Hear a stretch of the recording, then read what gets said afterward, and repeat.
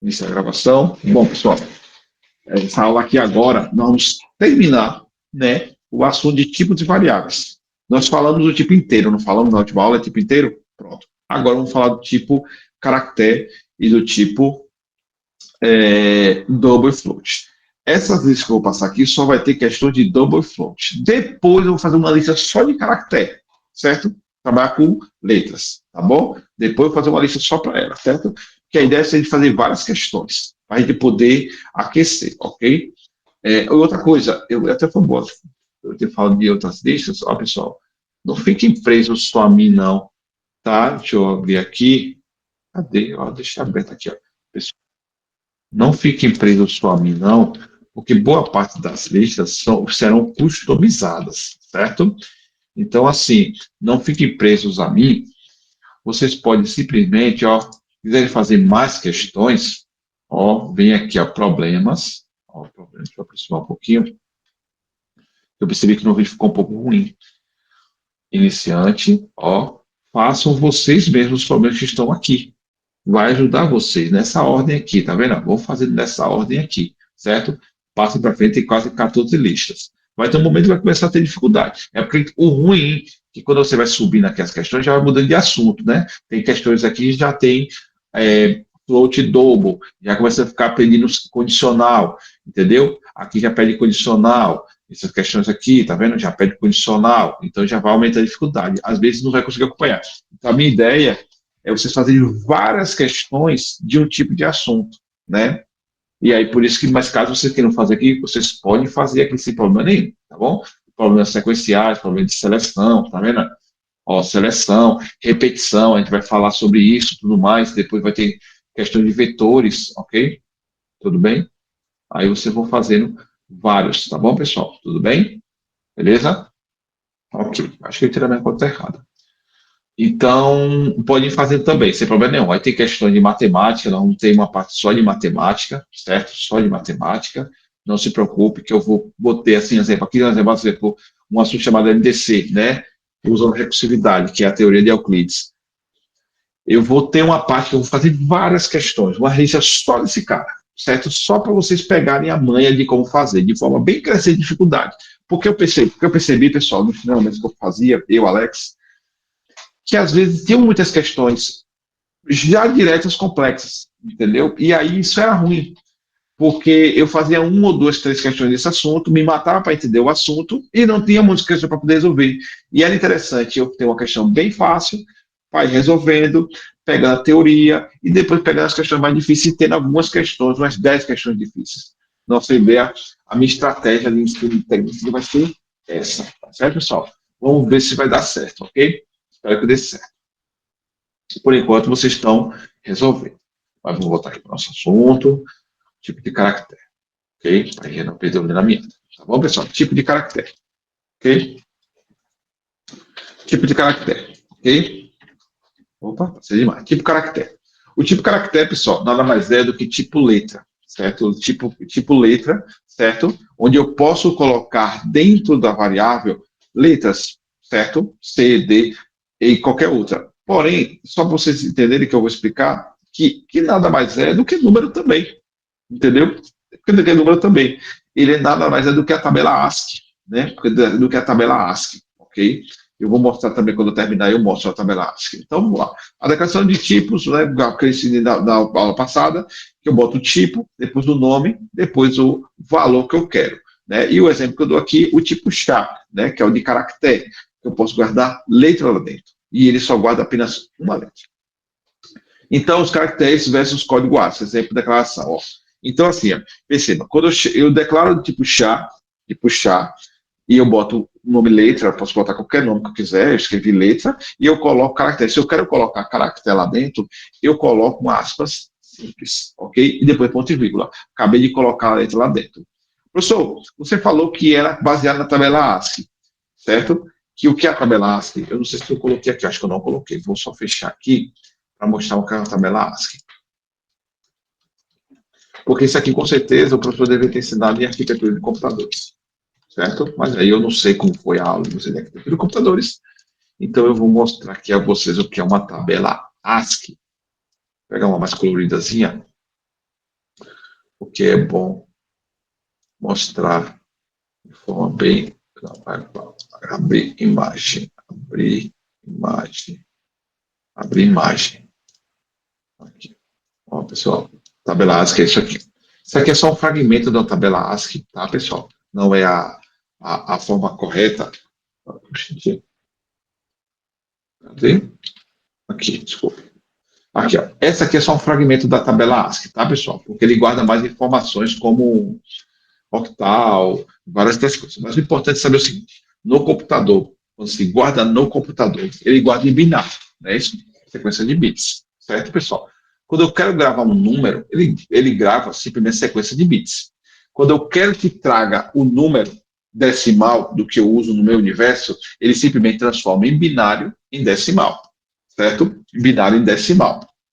Como é que transforma? Você deve ter visto em arquitetura do computador. Se não viram, me sinalizem que eu posso fazer uma aula só para isso, certo? Para como transformar em binário em decimal em binário, tá bom? Ou octal, ou hexadecimal. É interessante vocês saberem disso, tá? E eu posso fazer uma aula só sobre isso, ok? Que como você transforma. Então, no caso, no computador, ele guarda em binário, certo? Quando você traz para você mostrar, você cria do tipo int, né? Ele traz para você, ele converte em inteiro, certo? E transforma e traz um número. No caso, binário 01100001 é o que vale ao número 97, certo? Como também esse aqui, ó, 01101000 equivale a 104, certo? Porém, se caso eu queira que traga uma letra, um caractere, eu simplesmente vejo em binário a tabela, certo? Vejo que número é, certo? Transformo no número que eu quero e vou lá na tabela ASCII, que é uma tabela, está lá guardado. Ele olha, 104 equivale a letra H, letra H. H maiúscula equivale a 72. A letra A maiúscula equivale a quanto? 65. Entendeu? Em qualquer lugar, em qualquer computador. É assim. Então é assim que guarda o computador. O computador ele guarda em binário, certo, pessoal? E aí ele converte para o que a gente quer. Se a gente quer uma letra, ele simplesmente vai na tabela e verifica que aquele código binário, né, em decimal, vale letra A. E traz para a gente letra A. Aí você, por exemplo, professor, e aqueles alfabetos grandes, como mandarim, como coisa que tem vários tipos? Aí entramos numa coisa chamada, não é mais a tabela ASCII, é uma tabela um pouco maior, certo? Já começa a aumentar e aí tem uma maior quantidade de uma tabela para poder apresentar, certo, pessoal? Mas aí não vou me citar nisso. No caso, nas competições, a gente vai precisar dessa informação, da tabela ASCII. Professor, preciso levar uma tabela ASCII na competição? Precisa, certo? Precisa. Okay? Pode acontecer cair questões que precisa, tá? Isso aí eu vou falar com você lá na frente, quando começar a treinar com os competidores. Quando já tiver a equipe formada de competidores, aí eu vou falar sobre materiais. Mas voltando aqui, a nossa aulinha, que eu já vai estar gravado, certo, pessoal? Deixa eu ver se está gravando, só para ter certeza, ok? Então, perceba, ó, tabela A, você está vendo? Char letra A maiúsculo, tá certo? Char letra 65. Olha que interessante. Olha que interessante, ó. Da tabela ASCII, A, que eu mostrei lá 65, lembra? Equivale a 65.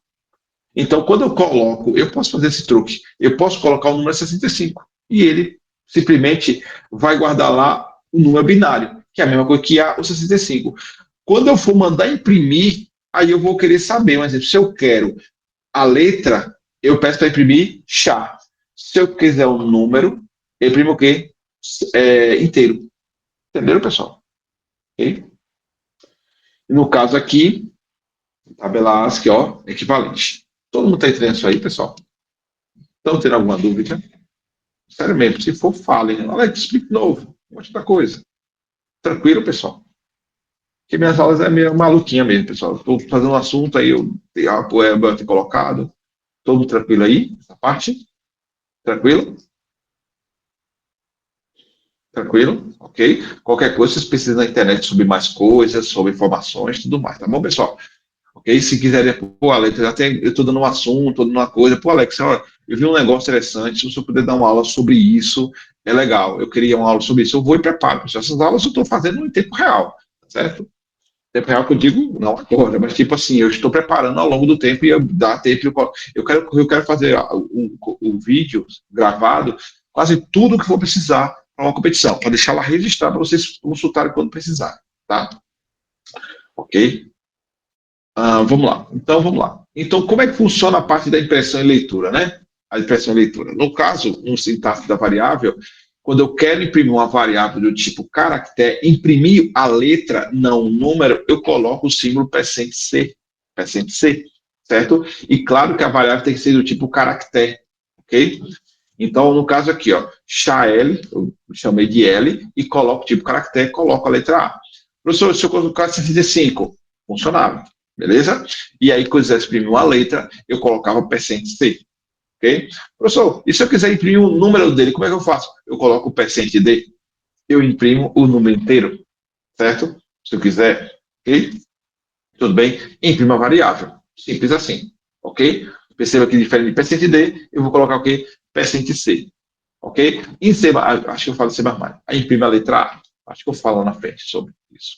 Outros indicadores de escrita. Ó, %C, que é o chá. Caso eu queira imprimir o código ASCII, que é o binário dele, eu coloco %HHD. Caso eu queira o binário, eu posso ter um problema que ele pede para imprimir o binário. Entendeu? Da coisa. Então, %HHD. Ok? Ou %HHI também está certo, sem problema nenhum. Tá? Comando scan F, ok? Com %C, ok? Agora de leitura, tá? Então, vocês aprenderam que a função leitura é o scanf, não printf, é o scanf de leitura. Eu ensinei isso também. Então, char letra, declara a variável, cria uma variável tipo letra, posso fazer um textinho, não preciso, não é obrigatório, e boto %ler, não esquecendo que boa parte da galera, sempre quando está desenvolvendo, esquece esse cara aqui, ó, do i comercial. Não pode esquecer desse i comercial, tá certo, pessoal? É muito importante, esse i comercial não pode esquecer. Pessoal, deixa eu só dar um recado aqui. Deixa eu dar só um recado aqui. Eu acabei esquecendo aqui, me dá só um minuto aqui. Mário, que eu vou me atrasar aqui no outro compromisso.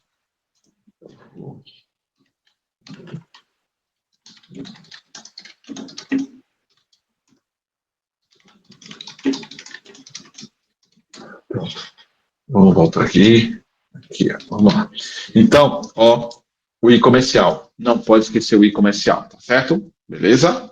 Ok? Não esqueça do i comercial quando tiver trabalhando com caractere, com inteiro ou com double, certo? Agora, como trabalhando com strings, não, certo? Não precisa, ok? Lê a próxima letra. Ó, no caso, pessoal, existe uma situação seguinte. Ó, pessoal, se eu tiver que ler um número ou a letra, eu posso ter problema desse tipo? Pode. Eu leio um número e leio uma letra. Ó, no caso aqui, tá vendo? Digito um número e uma letra. Cuidado, que eu tenho que dar esse espaço aqui, ó. Tá vendo esse espaço aqui entre %D e %C? Tem que dar esse espaço. Por quê? Esse espaço aqui é um espaço que o sistema faz que ele pode receber um caractere. Pode ser um ponto, pode ser um espaço, pode ser 2 pontos, pode ser qualquer coisa. O importante é ter que ter o espaço para poder guardar a letra. Então, quando eu estiver digitando uma coisa, uma letra, por que eu não boto junto %D e %C? Porque se eu digitasse, vamos dizer que o meu problema digita um número e uma letra. Se eu deixasse junto e botasse assim, 5 espaço C, sabe o que ia acontecer? Ia colocar dentro da variável de caractere o espaço. Não ia colocar a letra que eu digitei, ia ser desconsiderada a letra. Então, sempre deixe um espaço entre os dois, tá certo, pessoal? Para quando for ter uma situação de ler uma letra e um número, tá bom? Não esqueça, tá? Ou eu posso fazer isso aqui também, sem problema nenhum. Eu posso fazer um scanf próprio para a leitura, tá vendo, de um número, certo? Ou eu posso escrever em um outro scanf, ó, a letra para eu ler. Perceba que aqui tem um espaço, tá vendo? Ó, tem que ter um espaço. Porque se eu colocar, pode dar problema. Porque o que acontece? Se eu escrever um número, 50, e apertar Enter, o que vai ser guardado dentro do PCC se não tivesse espaço? Vai colocar o Enter lá dentro. Porque o Enter também é um caractere. O Enter, o Tab, o Backspace, o salto, qualquer coisa que tem no teclado está na tabela ASCII. Qualquer coisa, vários símbolos e tudo mais, você pode guardar dentro do caractere. Ele é um caractere. Ok? Ó, aí eu botei aqui enfatizando sobre o espaço. Ok?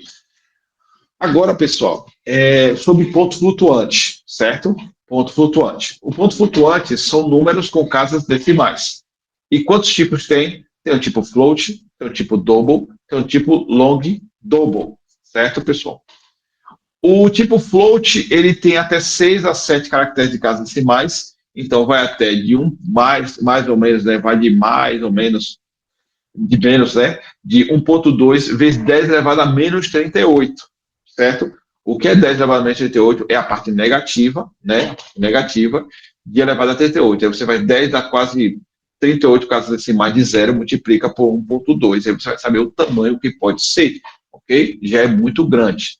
Quantos bytes guarda? 4 bytes. Tipo double vai de 15 a 16 casas decimais, de 10 elevado a menos 308, ok? Tá certo? Quanto o dobro. Na é que ele fala double, né? Dobro do float, 8 bytes. E o long double, né? Que aí vai para número que lá vai cacetada, né? Que vai de 80 bits a 128 bits, dependendo do compilador. Por que depende do compilador? Porque você pode trabalhar com Microsoft, vai trabalhar com Ubuntu e tudo mais, e aí o compilador da versão ele pode comportar como 80 bits como 128, tá certo? Hoje em dia, a maioria dos computadores mais atuais trabalha com 128, certo? Mas vamos sempre se preparar para qualquer situação. Problemas da maratona. Qual que eu vou usar? Double ou long double. Não use float. Você esqueça float. Vamos usar double, long double. Sabe por quê? Vai se preocupar, certo? Só se fosse uma situação muito pontual. Uma situação muito pontual mesmo. Dizer assim, não, eu preciso economizar memória, porque pode usar. Mas a maioria dos espaços de memória são muito grandes, entendeu? Então tá tranquilo. O mais importante de uma competição é tempo. Tempo. Declaração de tipo de ponto flutuante. Como é que funciona? Certo? Tem o tipo double, pouca precisão, baixa magnitude, porque não precisa de tantas casas decimais, só o necessário. O tipo double, certo? Eu acho que eu escrevi errado aqui, certo, pessoal? Está errado aqui, tá? Não é pouca precisão, não é muita precisão, certo? O certo é maior magnitude, certo? Eu escrevi errado aqui, peço desculpa, certo? E long double, uma precisão bem maior do que o double, tá certo, pessoal? Tudo bem? Vou corrigir depois. Então, no caso float, né, pessoal, guarda número com casas decimais. Float raio 5,4. Float, ó, ARA 50.040.22. E dobro velocidade, maior precisão, eu gosto de guardar com mais casas decimais. Então, no caso da maratona, sempre tem que guardar com double, ok? E qual é o indicador que eu uso para no ScanF e PTF? Eu uso percentf, ok? No caso de float, certo? Float eu uso o percentf, ok? Aqui o exemplo. Float V 10.1, caso eu queira imprimir, eu coloco o percentf, ok? Sem problema nenhum, ok? Na impressão não precisa botar aí comercial, mas no caso velocidade 10.1 km, é, km por hora, ok? Os indicadores, ó, percentf, certo? Percentil científico, certo? Cara, acho que alguém mandou mensagem aqui? Não, ninguém mandou mensagem. Pensei que alguém tinha metade mensagem aqui.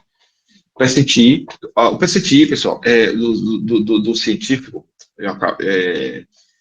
caso eu queira representar de forma científica. Como assim? Lembro que quando eu não quero mostrar todas as casas decimais de um número, todas as casas decimais, eu quero apenas, exemplo, isso era muito quando você tinha que apresentar algum resultado. Quando, por exemplo, tem muitas casas decimais e eu não quero apresentar todas, eu só quero apresentar uma parte. E aí eu vou até o final de onde eu quero apresentar um ponto, alguma coisa, certo? Por exemplo, 5 números, depois da casa decimal, 2, 3, 4, 5, e coloca a letra E mais 30. Significa o quê? Que daqui para frente ainda tem mais 30 casas decimais, mas eu só vou apresentar até aqui. É mais ou menos isso, tá? É mais ou menos isso. No nosso caso, nós não vamos usar esse tipo, raro, quase impossível a gente usar. Porque quando a gente está fazendo problemas de maratona, que tem casas, eu preciso ter exatidão nas casas decimais. E aqui eu deixo para o compilador estabelecer quantas casas decimais quer apresentar. Então, não podemos arriscar, certo? Então, no caso, a gente vai usar na maioria o percentf. A maioria percentf. Tá bom, pessoal? Tudo bem? Beleza? O percentg ele é decimal científico, ele é os dois ao mesmo tempo, só que ele faz uma situação também que nós não vamos usar. Ele, como é que pode dizer? Ele que pensa quantas casas decimais deve deixar. Ele vai analisar quantas casas decimais vai ter. Um exemplo. Eu vou dizer que tem um número 123,56 e 4 zeros, um exemplo, né? Ele vai analisar e verificar, ó, esses 4 zeros no final, não há necessidade de apresentar. Eu vou só botar até números inteiros, vou botar até ponto 56. Não vou apagar os zeros, porque não é interessante. Então, eu estou deixando o compilador decidir por mim até quantas casas decimais. Então, só para indicar de consciência, nós não vamos usar esses dois aqui, tá, pessoal? Esses dois aqui não vamos usar esse aqui. Só estou apresentando para você saber que existe isso aqui, tá bom? E existe, tá? Percente LF. LF significa longo dobro, long float. Significa quando eu quero usar a situação de um double, certo? Eu coloco LF. Pro double, ou pro long double. Tá bom, pessoal? No caso, quando eu quero usar científico também ele e LG também, tranquilamente. Tá certo, pessoal? No caso, quando eu estou usando long double, eu coloco LLF, entendeu? LLF. Long double, eu coloco LF. Tá certo, pessoal? Não esqueça de colocar o L da frente, tá bom, pessoal? O L da frente. Como é que funciona? Eu coloco aqui, ó, percente F, tá vendo? Boto as casas decimais. Ó, aqui o exemplo aqui, ó, mais 3, tá vendo? Ó, percente E, eu pensei que não tinha colocado. Percente E, tá vendo? Ó, 1,2 tá, é mais 3. Significa que daqui para frente ainda tem mais numerações. Não significa zero, tá, pessoal? Significa que tem mais números daqui para cá. Mas só vou apresentar até aqui, certo? É a parte científica. Mas no caso, nós não vamos trabalhar nessa parte, porque ela deixa para o compilador decidir até quando imprimir. E no PCTG, mesma coisa. Tem caso de mais de zero, ele vai dizer, ele vai dizer, tem zero, ele simplesmente apaga e apresenta até o ter zero. Mas no meu problema, eu posso querer que imprima a quantidade de casas que eu quero, certo? Porque como é o problema da maratona, ele às vezes ele testa texto com texto, entendeu? Ele vai analisar se a resposta é igual à sua resposta, como vocês treinaram nas questões. Perceba que se não bater certo, resposta errada. Então não podemos arriscar com isso, ok? Professor, se caso eu queira, que agora vocês vão ter que prestar atenção muito nisso aqui. Professor, se caso eu quiser que imprima a quantidade de casas decimais que eu quero, por exemplo, eu quero que imprima apenas 2 casas decimais depois do ponto. Como é que eu faço isso? Eu faço dessa forma aqui, ó. Quando eu quero colocar que tem apenas 2 casas decimais depois do ponto, eu boto percente ponto 2F. Então, eu estou dizendo o seguinte, olha, depois do ponto, coloca-se o número, coloca-se apenas 2 números depois da casa, certo? No caso ali, ó, um exemplo pi, né? Ali é o número pi, eu tenho várias casas decimais, não é isso? No caso, eu quero que imprima apenas 2 casas decimais, eu boto ponto 2. Ele só vai imprimir 3,14. Vai desconsiderar o restante, certo? Se eu colocar ponto 4, tá vendo ponto 4? Ponto 4, no caso ali, 1,416. Professor, mas ali é 1,415. Por que está 1,6? Porque o próximo número é um número maior do que 5. No caso, 9. Ele arredonda para cima. Então fica 1,416. Tudo bem, pessoal? Tranquilo? E se eu botar ponto zero, ele simplesmente faz o quê? E é um truque muito interessante isso aqui. Se caso eu quero fazer um cálculo, que eu quero desconsiderar as casas decimais. Ok, pessoal? Eu simplesmente trago ponto zero. Ok? E claro, se fosse o número 3,6, ele arredondaria para cima e ficaria 4. Né? Arredondaria para cima quando fazer esse truque aqui, tá certo, pessoal? Eu posso delimitar também a parte da frente também. Eu não coloquei aqui, mas eu posso também. Um exemplo, eu quero que imprima na casa da unidade, exemplo, vamos dizer que tem o número 123, e digo, eu quero imprimir apenas 2 casas. Eu posso fazer isso? Posso, mas hoje no mundo da matemática, no nosso mundo do universo, a gente não faz isso. Só é colocar o número na frente. Por exemplo, 2,2. Eu estou pedindo que só imprima 2 casas antes do ponto, certo? E 2 casas depois, ok? Mas no nosso mundo a gente não delimita a parte da unidade, a parte inteira. A gente delimita mais a parte da fracionária, né, pessoal? Mais dessa parte aqui, ok? Nunca vi um problema assim. Indicador de substituição de cargas decimais de C++. Agora nós vamos aprender como é que funciona de C++. No caso de C, eu apenas boto o ponto 2. No caso do C++, eu tenho que botar essa função aqui, chamada fixed set precision. Certo, pessoal? Estou pedindo para estabelecer de forma fixa a quantidade de casas decimais, ok? Quando eu faço isso, eu delimito com duas casas decimais. E tem que ter aquela biblioteca. Mas se vocês usar aquele escopo que eu mandei para vocês, lembram? Certo? Se eu mandar aquele escopo, como é que eu posso falar? Ele já tem essa biblioteca inclusa, então não precisa se preocupar com essa biblioteca, ele já está nela. Certo? Aquela lá geral que eu mandei para vocês, que já está em todas as bibliotecas, ok?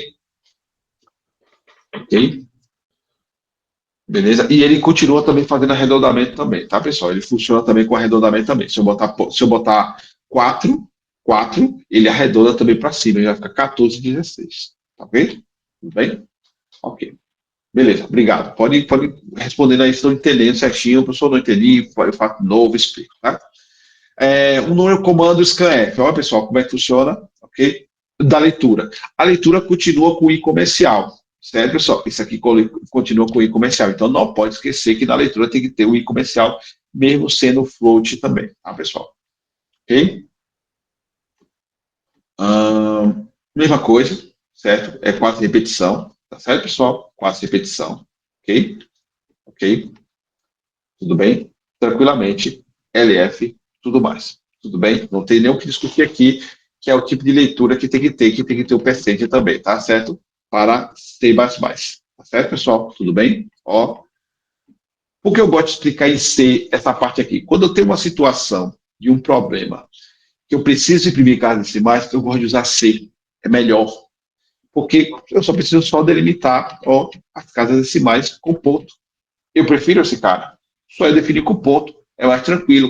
O C++ não. Eu tenho que botar fixed, set precision, a quantidade. E aí, às vezes, pode complicar um pouco. Por isso que eu gosto de ensinar os dois. Porque eu quero trabalhar com os dois mundos. O que for menor, melhor para mim, mais rápido, eu tenho que aprender. Tá certo, pessoal?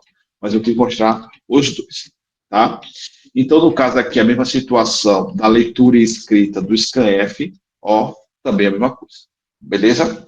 E aí, fechamos esse assunto da parte de, da parte de puxar e tipo